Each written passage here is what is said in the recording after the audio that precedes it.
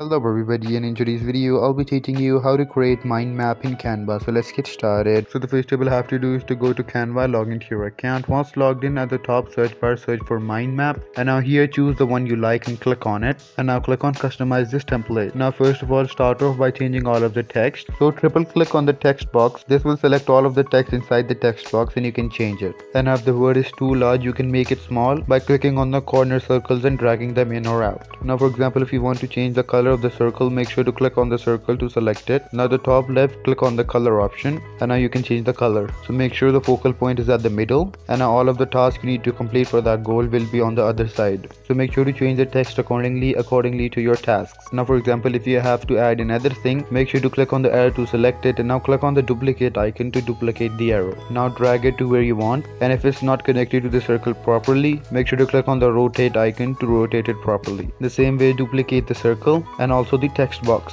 and I keep doing this until your mind map is complete. And at the top you can change the title, and at the top right hand side, once you're done, click on share. Now click on download, and now for the file type you can choose PNG, and now click on download. And there you go. If you guys found this video helpful, make sure to leave a like and subscribe to our channel. I'll see you all in the next one. Goodbye.